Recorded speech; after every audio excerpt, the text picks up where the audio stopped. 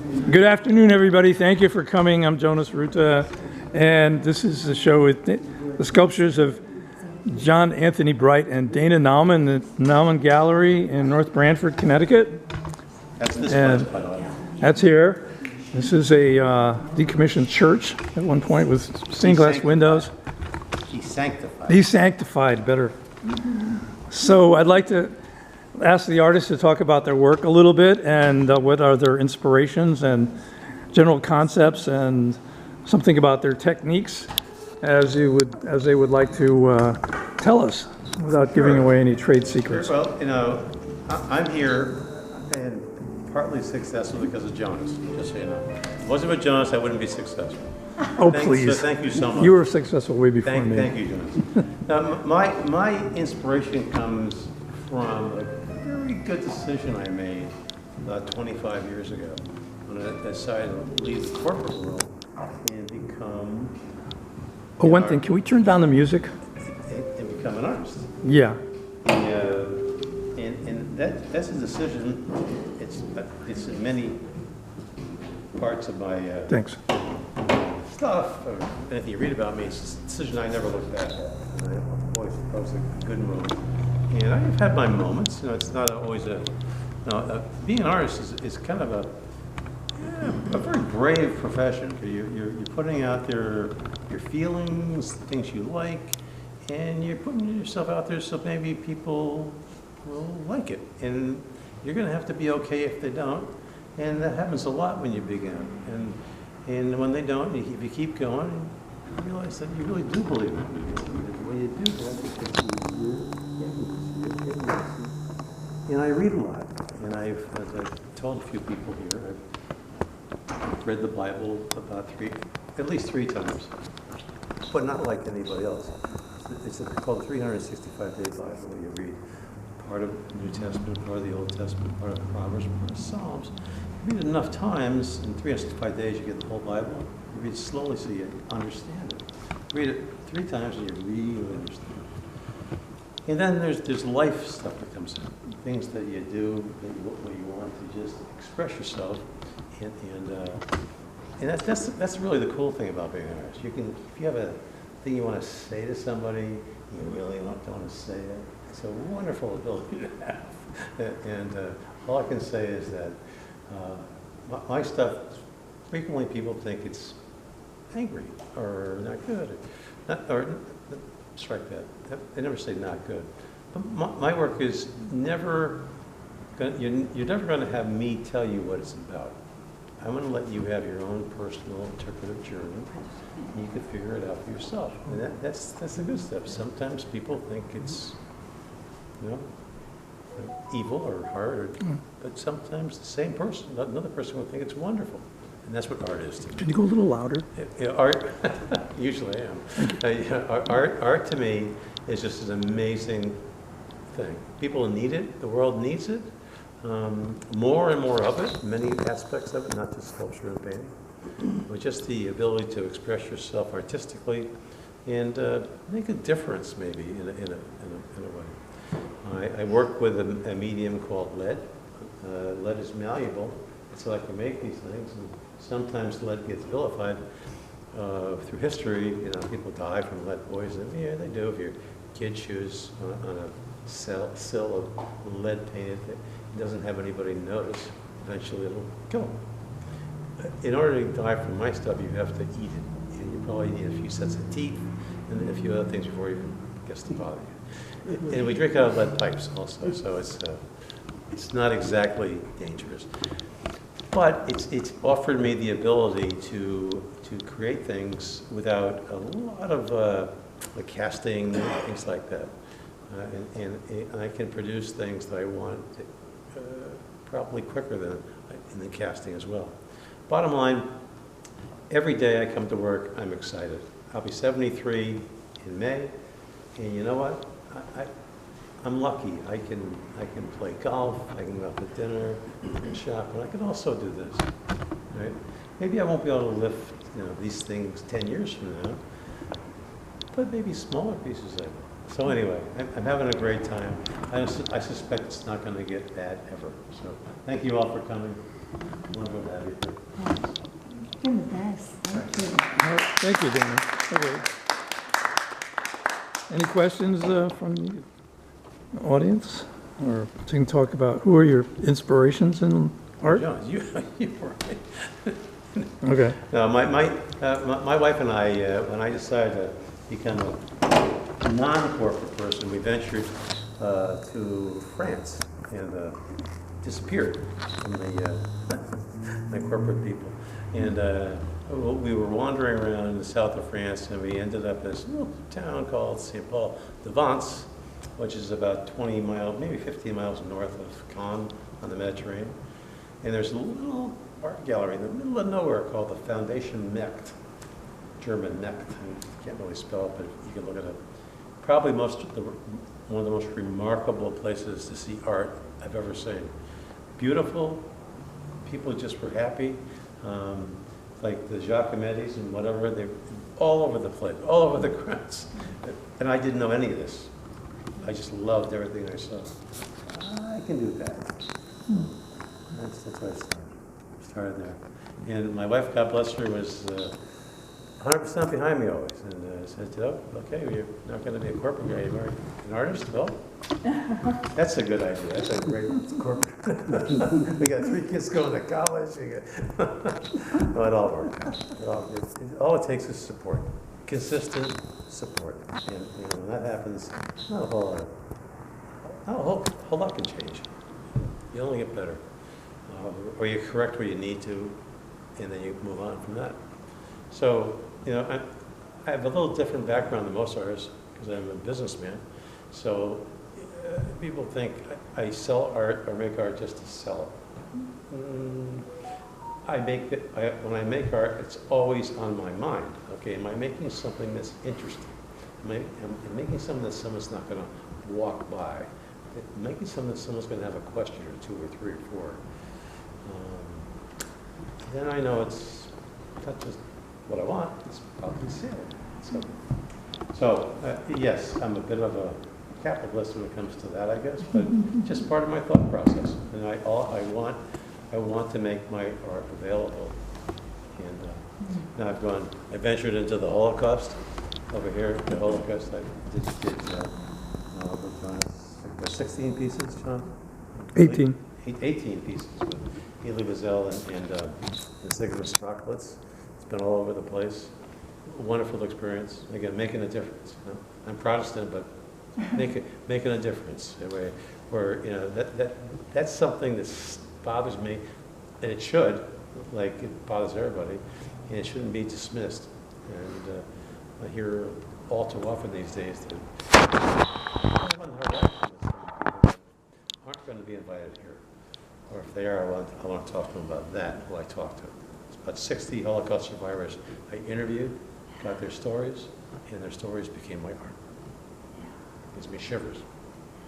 But no one was mad. Everybody was just happy to be having their story just kind of carried on. And I met some amazing people.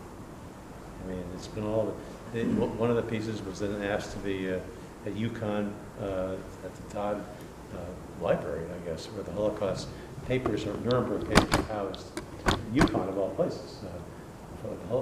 So they have a museum, and they had me build a piece, a huge piece for that museum. We had a cool day with all the big players besides me. I was a little guy, but I made the artwork. But it's been fun. I've had a lot of help. And Jonas has been great. I mean, he knows every artist that knows a man, and my wife is. I'll believe it. That's important. Thank you. So, Thank you. hey, if you have any questions, I'll probably talk too long now, but I'd be happy to answer them. Lee's missing here. It's going to come to you, Lee. Hurry up. I think there's so much I want to ask you. It goes beyond everything. I'm a phone call away. Thank you. this is so important what you're doing with the Holocaust exhibit. That was the piece right there that started right from the front. Are you filming this? It's over there. Yeah. That's the piece. This is amazing, and it's so powerful and important for people to see this, and especially today when there's so much anti-Semitism. I can't say it. I'm sorry. I don't know how to pronounce it, but You did fine. to see this, how can you not feel something from these pieces? It's got to touch you and hopefully change you, because isn't that what art is supposed to do? That was the piece that started it off. You know, I read a lot, and I just bought a book at Barnes & Noble called The Holocaust by Martin Gilbert. I opened it up, saw wrote a story that I thought that I had to put in something. That ended up at the Lyman Allen Museum, and Sigmund Strachan saw it there, and the rest is history. And that's, you know, it's sometimes you're lucky, but I think you make your own luck.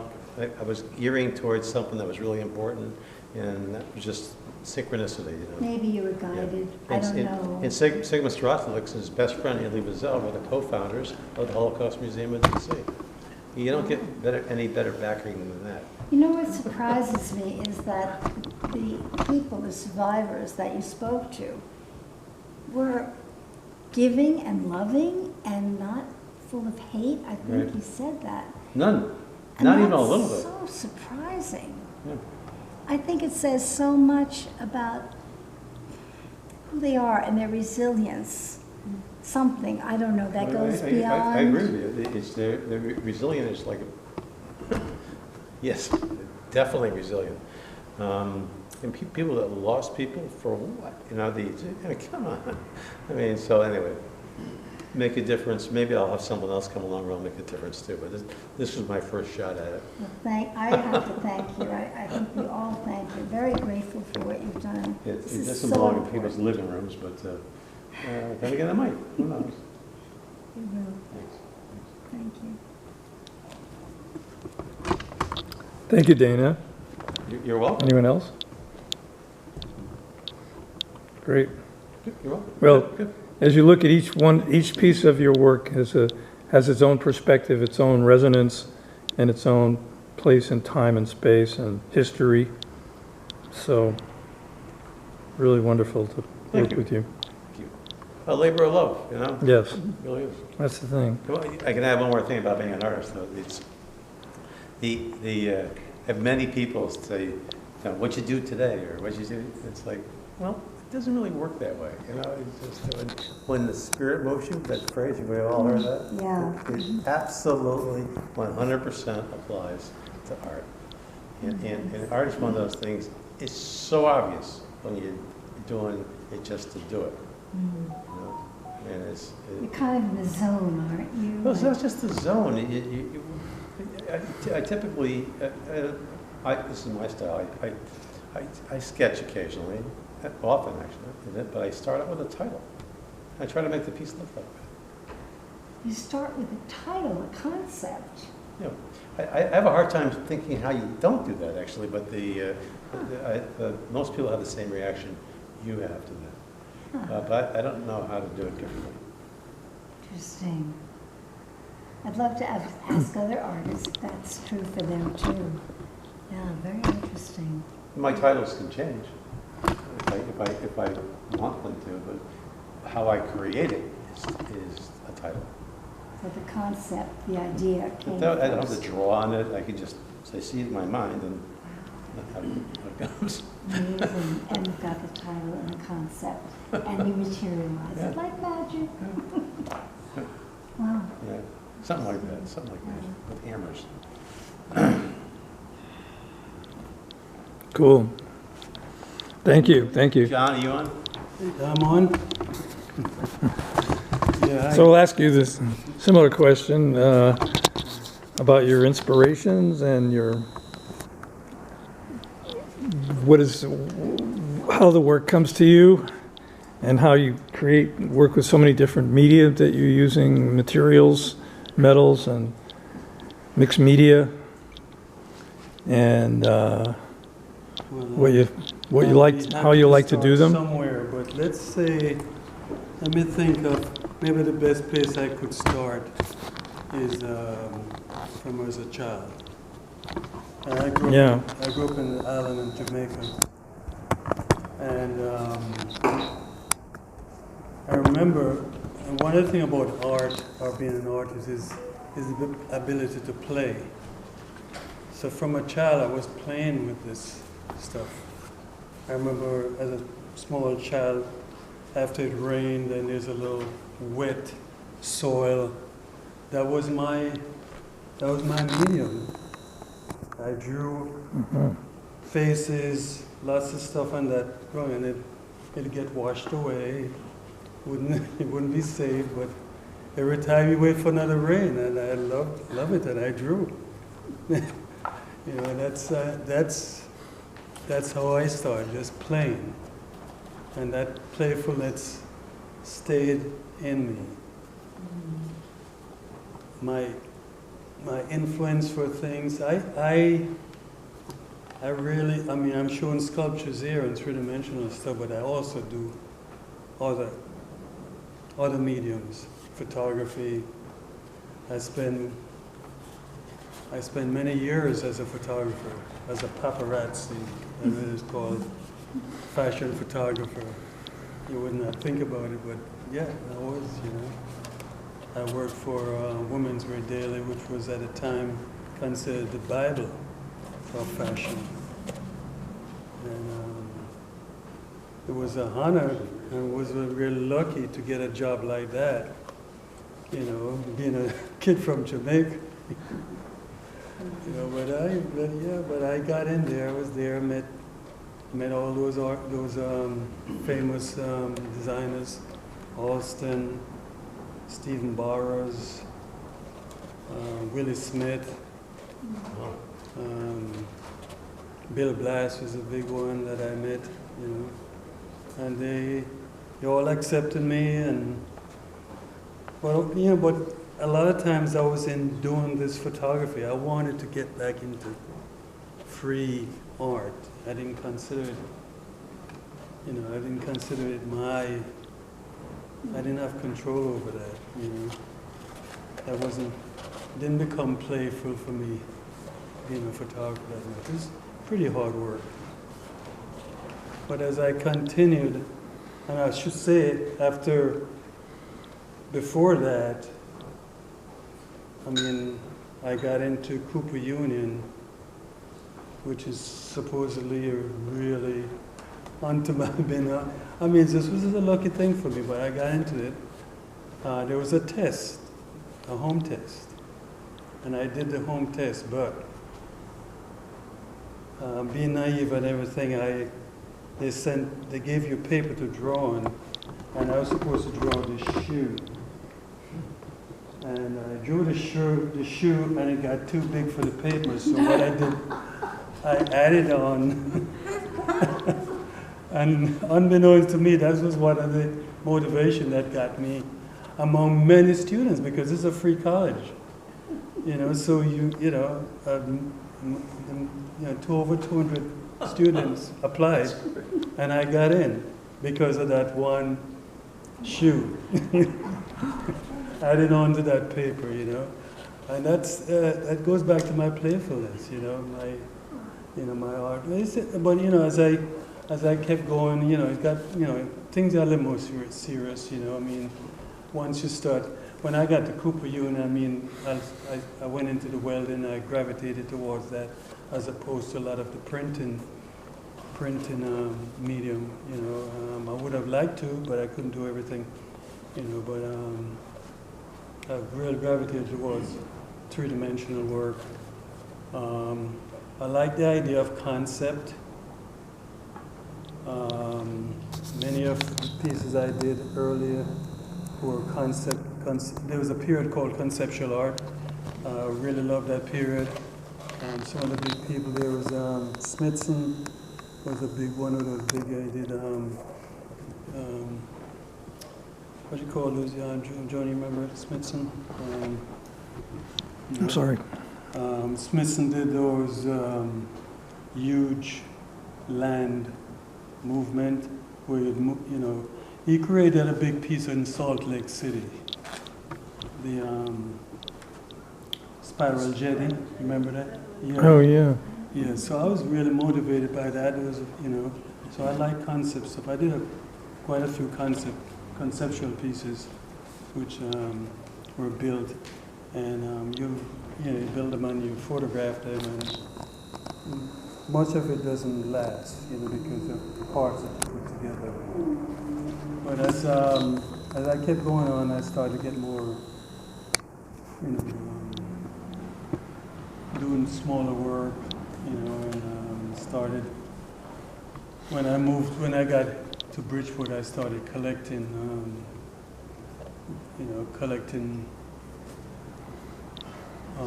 tools, old tools and stuff like that. And you could see from some of the pieces that I have, this piece here, you wouldn't think that's an old tool. This is a brick shoe, and I collected those too, and they've become basis for my work. Over here, got some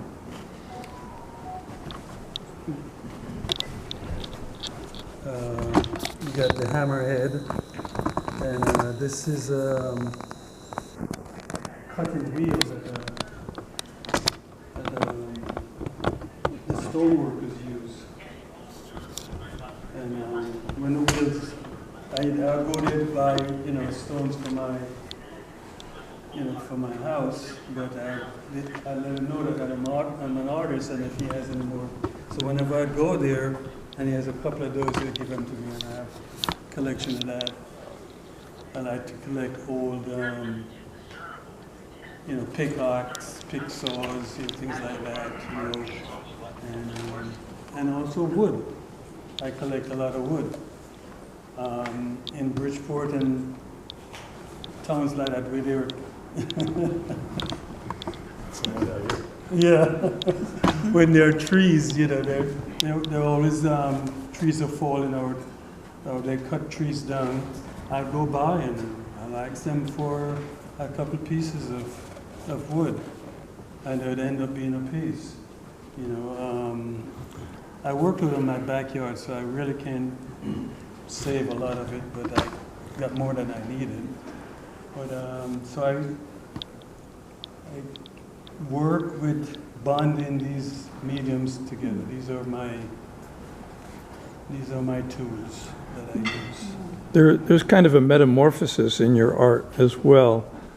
Like I just see that the form of the wood is in the shape of the continent of Africa, actually. Yes. And so there's a resonance between what your works have thematically and the titles that you've picked out for them as well, too, relates to the human experience. A lot of the work, I usually don't start with a title, except for the pickaxe, the farming implements that I have. I call that a El Mozo series. And in Spain, the fascinating thing that they do, I don't know if they do it anymore, but at a certain time of the year, they have the running of the bull, and the bull would run through the community. And they have these guys who are bold and crazy enough to get in there and get out. Some of them don't make it. Pamplona. But, unscathed, But I call it my Mozo series. And the reason is that I think that the pickaxe represents this kind of really, hard-working, bold, adventurous type of person, and I respect that. I have a lot of respect for that, So those are my Mozo series. But yeah, a lot of times the work is a kind of metamorphosis. It comes out of what the material is given me. Especially wood. A piece of wood would almost like when Michelangelo working with marble, you know, I mean, the marble, you know, the marble sort of tells him, you know, and a piece of wood tells me what it wants to do, Mhm. you know, and I work for that, you know. That's a very important force when the material and the pieces are communicating with you is sort of like, Yeah, that's definitely, and I work very, you know, it takes a while, some of these pieces, because I would sit, I put them together, put the pieces together, and I look at it for like months and months and months. And if the piece doesn't move, and it, I mean, I would go and take away a piece or put a piece in, and that's, you know, but it's, sometimes pieces stay there for a long time. Those pieces that remain and don't get moved, that now begins to speak to me. It said, you know, it begins to say something to me, say, yes, you know, we belong together. Okay, do what you want to do, but do it around what, you know, what you have there, you know. great, You know, and, well put, yes. and yeah, and that's kind of, you know, I'm a spiritual person too at the same time, you know, and I think, you know, Dana and I have that kind of spiritual connection, you know, and I, you know, yeah, you know, I agree. yeah. You're here. Family. Yeah, so that ends my first and only talk that ever, and hopefully it will be the beginning of more talks. Thank you, John. You know, but I appreciate everybody coming. You and Dana, thank you very much, Dana Naumann and John, Anthony Bright. I just Great. looked at the time, the event is over, but no one's gonna leave. Okay, we can stay here at 8 o'clock if you want. Or, the deal, I think we're all gonna go to this place in downtown Branford called Kamana. It's on Main Street in Branford, right across